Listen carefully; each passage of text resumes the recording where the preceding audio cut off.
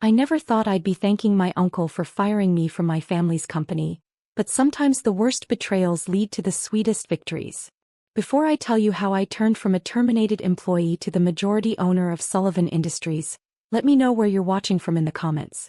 If you've ever been underestimated by your own family or pushed out of something you helped build, this story is for you. Hit that like button because the revenge in this story is better than any golden parachute. My name is James Sullivan, and at 32, I learned that sometimes you have to lose everything to gain even more. But let me take you back to where it all began, in the gleaming headquarters of Sullivan Industries in downtown Chicago, where my family's name stood proudly on the 60th floor of a building I thought I'd run someday. Sullivan Industries wasn't just a company, it was our legacy. My grandfather, Patrick Sullivan, started it in 1962 with nothing but a small electronics repair shop and a vision for something bigger. Through innovation and relentless work, he built it into one of the Midwest's largest technology manufacturing companies. Growing up, every family dinner was a business meeting, every holiday a chance to discuss quarterly projections. I was the eldest grandchild, and from the moment I could walk, I was being groomed to eventually lead the company. While other kids spent summers at camp, I was interning in different departments, learning every aspect of the business from the ground up. My grandfather's words became my mantra. Know the business from the foundation to the penthouse, James. Real leaders understand every floor. By 16, I could read financial statements better than my textbooks. At 18, I was working on the factory floor during school breaks, learning about our manufacturing processes firsthand. My father, Michael Sullivan, ran operations while my uncle, Robert Sullivan, handled the financial side. They were supposed to be equal partners, but Uncle Robert had always been better at corporate politics than my more straightforward father. Business is about more than just products and profits, James, my grandfather would tell me during our private mentoring sessions in his home office. It's about understanding people, their motivations, their weaknesses, and most importantly, their ambitions. I took his words to heart, earning my undergraduate degree in engineering and an MBA from Northwestern. While my cousins treated the family business as their personal trust fund, I was putting in 18-hour days, learning every aspect of our operations. The problems began after my grandfather's unexpected death 5 years ago. He'd always been the balancing force between my father and Uncle Robert. Without him, the power dynamics shifted rapidly. Uncle Robert had 2 children, my cousins Derek and Victoria, both of whom held executive titles but rarely showed up for actual work. Derek, as vice president of business development, spent more time on his yacht than in his office. Victoria's role as director of corporate communications mainly involved posting on social media about being a girl boss. The real work fell to me and my father. We'd recently secured a major defense contract that could double our company's value, largely due to the manufacturing innovations I'd implemented. The future looked promising until it didn't. The day everything changed started normally enough. I was in my office reviewing production schedules for the new contract when my assistant, Sarah, rushed in looking worried. "There's an emergency board meeting," she said, her face concerned. "Your uncle called it, but your father doesn't know what it's about." I headed to the boardroom, passing the wall of Sullivan family photos that chronicled our company's growth. My grandfather's portrait seemed to watch me with concern as I walked by. The boardroom was already full when I arrived. Uncle Robert sat at the head of the table, my grandfather's old spot, with Derek and Victoria flanking him like corporate royalty. My father sat opposite, looking confused and increasingly angry. "Ah, James, good of you to join us," Uncle Robert said with a smile that didn't reach his eyes. "We were just discussing some necessary changes in company leadership." What followed was a masterclass in corporate manipulation. Uncle Robert had spent months quietly consolidating support among the board members, many of whom owed him various favors. He presented a series of concerns about my management style, claiming I was too aggressive in my growth strategies and disrespectful of traditional company values. "The defense contract you negotiated," he said, shuffling through papers, "while impressive in scope, exposes us to unnecessary risk. The board feels we need more experienced leadership."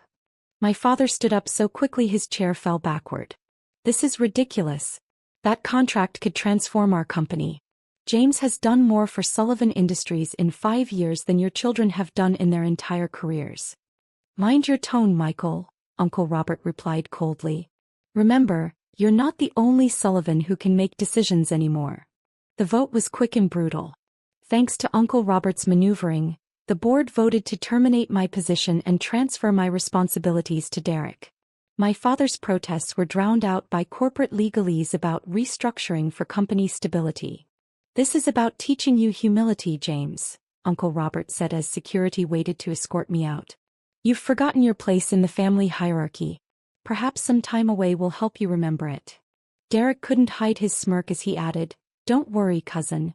I'll take good care of your office. That view of Chicago is wasted on someone so limited in vision." I stood slowly, straightening my tie. Interesting choice of words, Uncle Robert. Humility. Place. Limited vision. I'll remember those. Are you threatening me? He asked, eyebrows raised. Not at all, I replied calmly. Just taking notes for future reference. As security escorted me to my office to collect my belongings, I passed that wall of family photos again.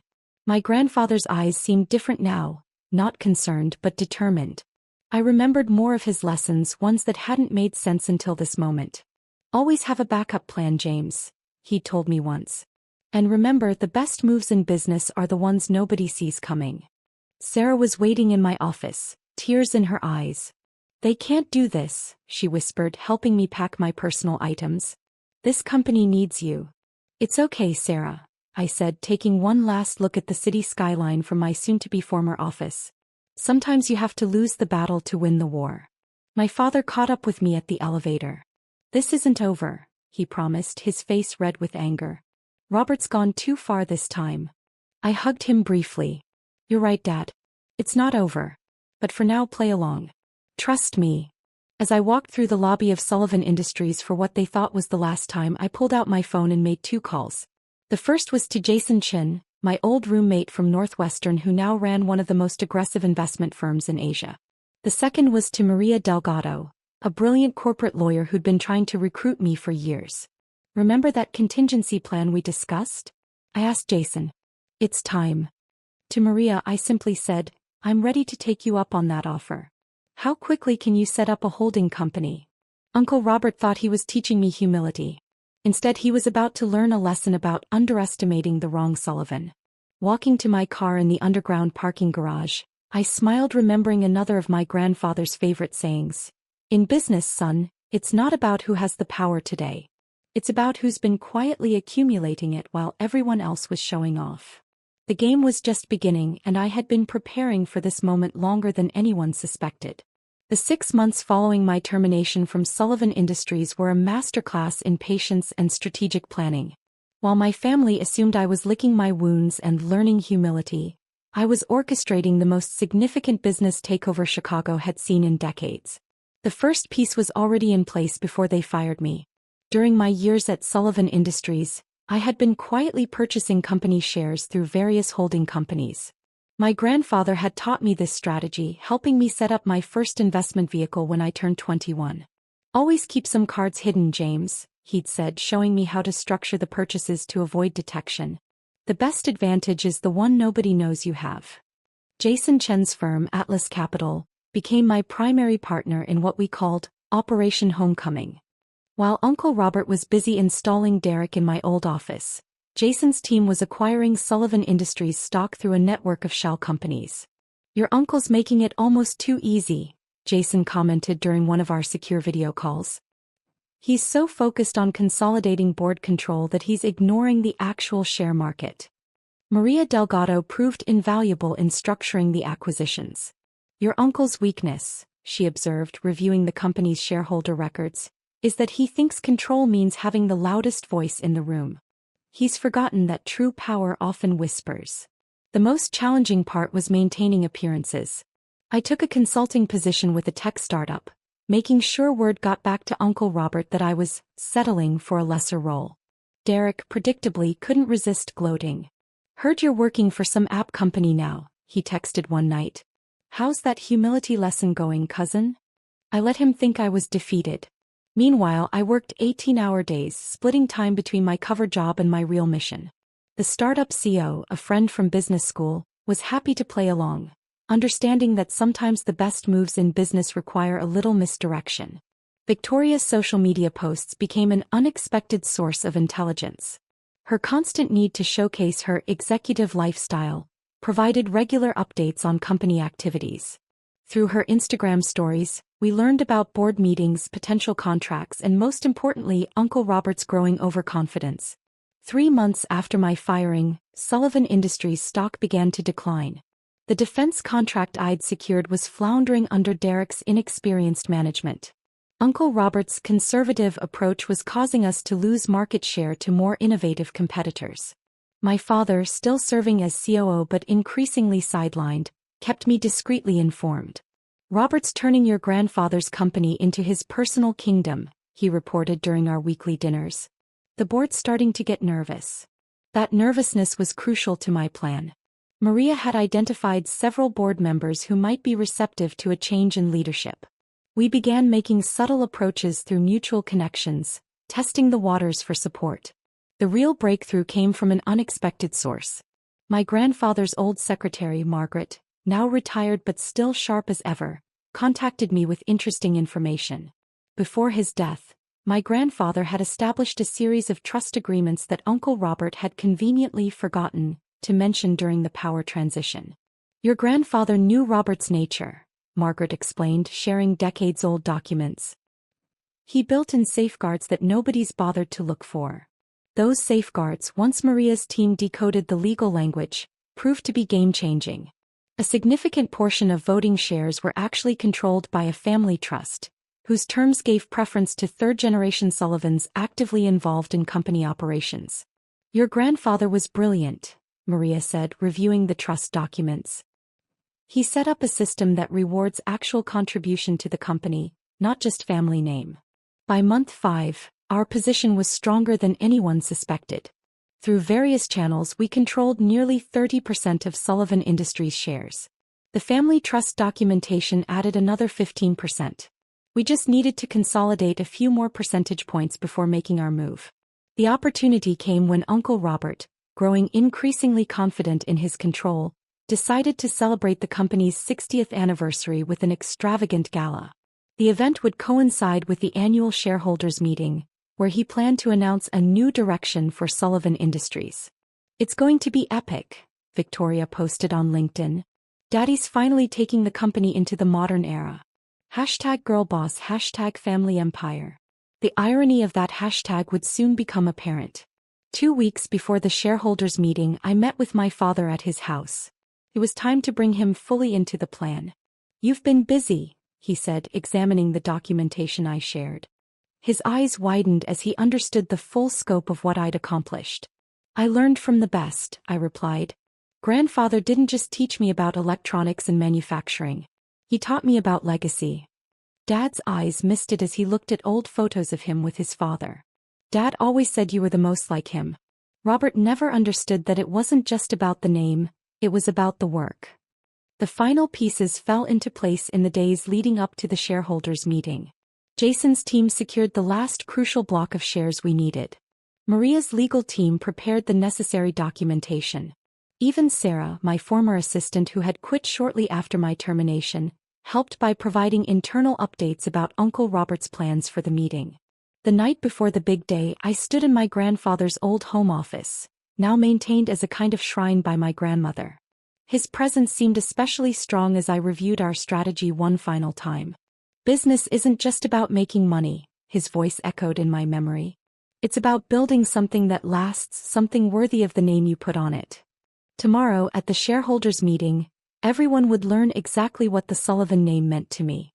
Uncle Robert would discover that his lesson in humility was about to become a masterclass in underestimating the wrong person. Looking at my grandfather's portrait, I smiled. "Time to restore the foundation you built," I whispered. "And maybe teach a few lessons of my own." The morning of the shareholders meeting dawned clear and cold, typical Chicago weather for early October. I stood in front of my mirror, adjusting my grandfather's old tie pin, a simple gold S that he'd worn to every major company event. Today it would witness another Sullivan milestone. The meeting was being held at the Grand Plaza Hotel, where Uncle Robert had spared no expense in creating his moment of triumph.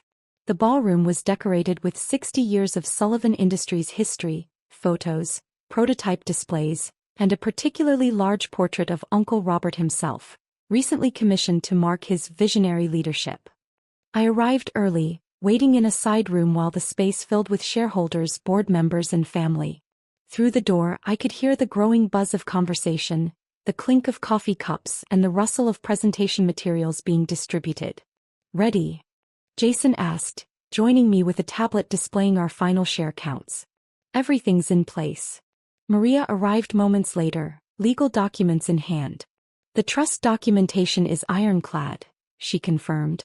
"Your grandfather's provisions are clear and enforceable."